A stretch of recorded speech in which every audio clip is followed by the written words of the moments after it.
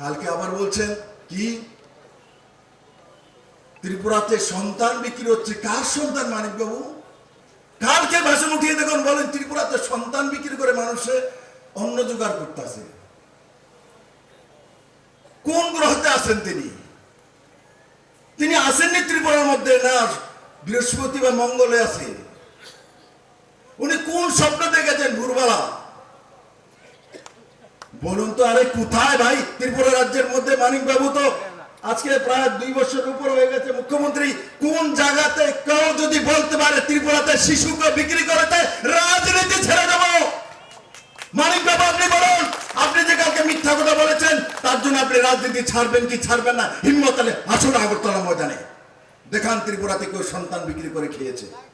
ভাউতাবাজি, মিথ্যে কথা, ত্রিপুরা মানুষকে মিথ্যে কথা বলে রাজনীতি করেছেন। তখন বিপ্লব দেবরা ছিল না বলে করে নিয়েছেন, কারণ কি আপনাদের ব্রিটিং বসেছিল, এরা কংগ্রেসের নামধারী নেতা হয়ে আপনাদেরকে সাহায্য করতো। আমরা যদি 10 বছর আগে আমি আর মানিক বাবু, রাজীব বাবু দাঁড়াতাম, জামানত জব্দ করে 10 বছর আগে আপনাদের বিদায় করে দিতাম। আসুন না সামনে, ধরুন ইলেকশন, দেখি দম কদ্দুর আছে মিথ্যা কথা বলা।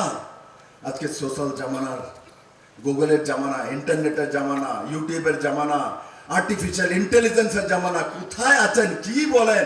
আগের যে বান্দাদরি 30 বছর আগে মিথ্যে কথাটা শিখেছিল, এখন ভুলে যায় যে আজকের তো ইন্টারনেটের জামানা। আমি মিথ্যে কথা বললে 1 সেকেন্ডে প্রুফ করে দেবে। আসলে এক্ষুনি বুঝি ডেলি দেশের কথার বাইরে কোনো কিছু করেননি, এগুলি মনে পড়ে আপনার বারবার, এর বাইরে কিছু আসেনি। আপনারা যান ঘরে ঘরে বলুন এদের কুকীর্তির কাহিনী। ত্রিপুরাতে যত রেপ হয়েছে, যত দাঙ্গা হয়েছে, যত মানুষকে মেরেছে, যত মারপিট হয়েছে, সবকিছু কংগ্রেস সিপিএম এর কারণে হয়েছে।